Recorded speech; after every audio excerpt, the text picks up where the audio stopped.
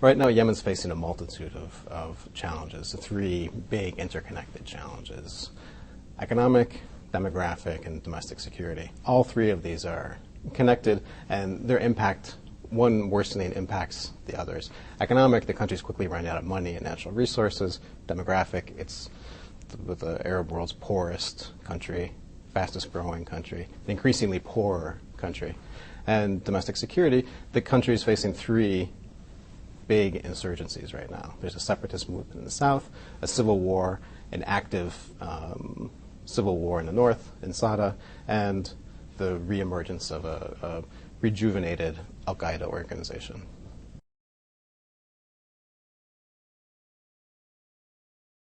The problems that Yemen's facing are, very likely not just going to affect Yemen, but going to affect the entire region. And Yemen's a critically important country. It's right next door to the world's largest oil producer. Over 3 million barrels of oil a day go by off the coast of Yemen every day through waters where Islamist terrorists and others, most recently pirates, have successfully targeted international shipping, international warships, etc. I think there's a real fear that instability in Yemen will affect other regional countries. In April of this year, the Saudis announced that they had captured 11 militants trying to infiltrate from Yemen with equipment for some 30 suicide vests, which is really troubling. There have been repeated arms seizures along the border, and most recently there was a failed assassination attempt against Prince Mohammed bin Naif, the Saudi Deputy Minister of Interior, the Saudi official responsible for counterterrorism, the individual who's led the kingdom's fight against al-Qaeda.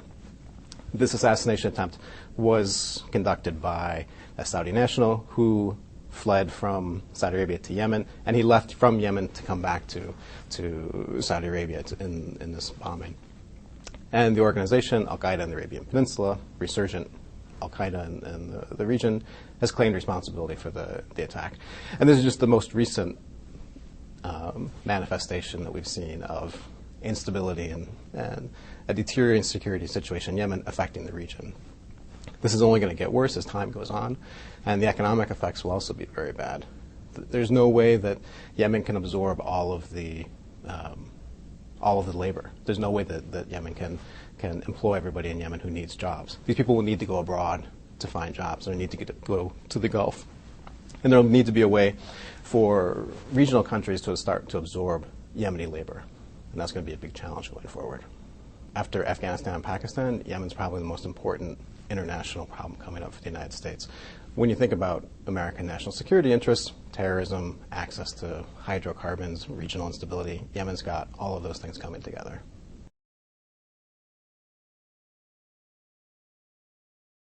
In January of this year, the al-Qaeda affiliates in Saudi Arabia and Yemen merged into one larger regional organization. And over the past couple of years, we've seen Saudi militants take refuge in Yemen, and now we see this organization that's threatening to target not just American or Yemeni interests, but Saudi and regional interests. And if you look at how the Saudi government has fought terrorism, they've made it a much less conducive environment for militants and extremists. What the Saudi government was able to do, the Yemeni government is currently not able to do. So the Saudi government is a strong central government with a lot of resources, with religious and other legitimacy and credibility. All those things are lacking right now in Yemen. And what we see is a situation where al-Qaeda is going to be able to use this space to plot and plan and prepare attacks against Western and other targets.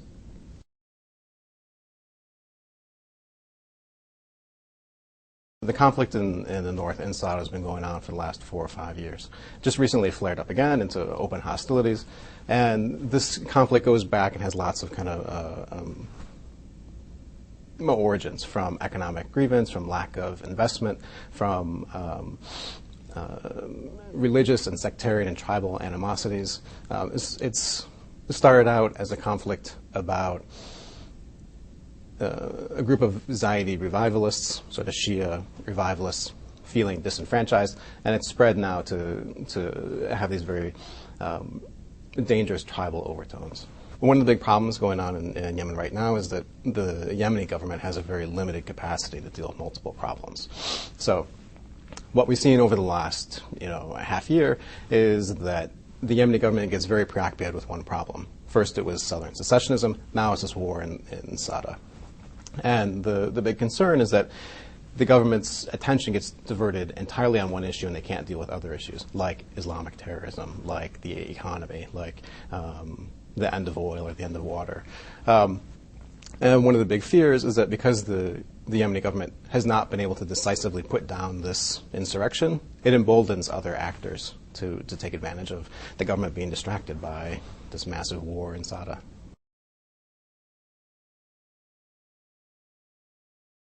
The government of Yemen earns about 75 to 80% of its income through the sale of hydrocarbons. Oil is quickly running out, and there's been little to no planning, serious planning given to what a post-oil economy would look like. So 5 years ago, say, the government was producing maybe 450,000 barrels per day. Now it's probably 180,000 barrels per day, which means that the government's foreign income has dropped off, probably 75%. Meanwhile, expenditures continue to go up. Most of the economy, most of the spending goes to cover salaries, pensions, and other benefits, things that you can't cut, like subsidies for refined petroleum products. The way things work in Yemen is that the country is held together by money from the central government going out to governorates. When there's no more money coming in, there's no more holding the country together, and that's the big fear.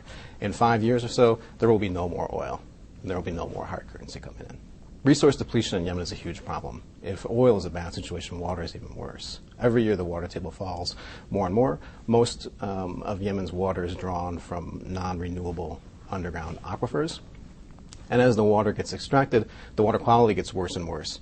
So it's estimated that Yemen will have 40 million people, population will double in 20 years. Meanwhile, water is running out more and more. Most likely, the capital, Sana'a, will be the first capital in modern history to go dry, at which point the government will have to either relocate the capital, relocate massive amounts of people, or come up with some way to conserve water. God is this mild narcotic stimulant that's chewed by most Yemeni men.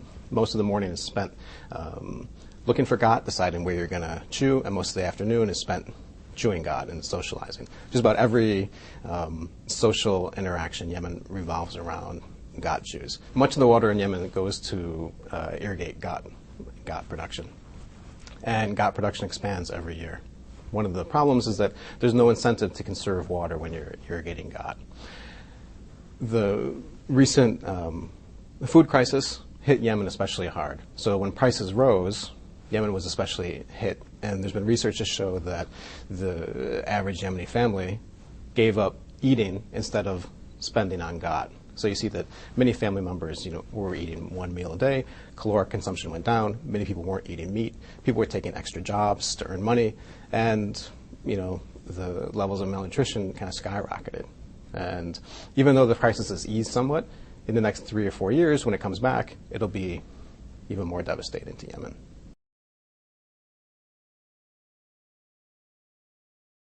The central government in Yemen is dealing with an awful lot of problems, an awful lot of multifaceted challenges, and each one of these challenges is interconnected to other challenges going on. And I think right now the Yemeni government is probably doing the best it can managing and holding the situation together. However, when one of these problems becomes exacerbated, there will be problems in other areas. So when the economy gets worse, social welfare provision gets worse. When domestic security gets bad, the economy gets worse. All of these situations are tied together. Right now, the government, exerts real control, probably in large urban areas, and that's where it focuses its attention. As a result, there are large portions of the country, that receive less to little government attention, and that's a major concern looking forward. One of the plans that the government that the Yemeni government is looking going forward is how to address the idea that most of the countries beyond the control of the central government. One of the ideas that the Yemeni government has is to sort of de facto recognize that much of the country is beyond central government control and devolve control to local governorates. Basically saying to local regions, you're responsible for what happens. You build the roads and the hospitals, set the priorities. We're going to tell you what you should do. You come up with the money to do it. This makes little to no sense in a situation where the government has no control to just say, we'll give it all away. So thinking forward, the Yemeni government's idea of decentralization doesn't make much sense when what you want to do is expand government control, expand the provision of social services, expand the government's presence, not cede control.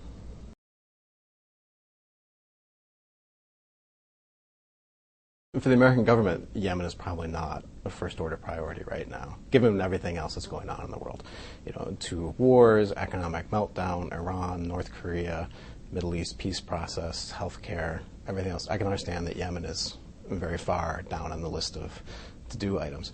However, very quickly, Yemen's going to rise to the top of the list, and in a very bad way. And recognizing that Yemen is going to be a problem in the future, it's urgent that the international community and the United States and others take action to address some of Yemen's problems before it becomes a point of no return. When thinking about the problems posed by Yemen, there's not an American solution or a European solution or a regional solution. I mean, there's an international solution. This is how Yemen has to be dealt with. The international community has to come together with regional countries, to address these problems, because one country can't do it by itself. The Saudis can't do it alone. The Americans can't do it alone.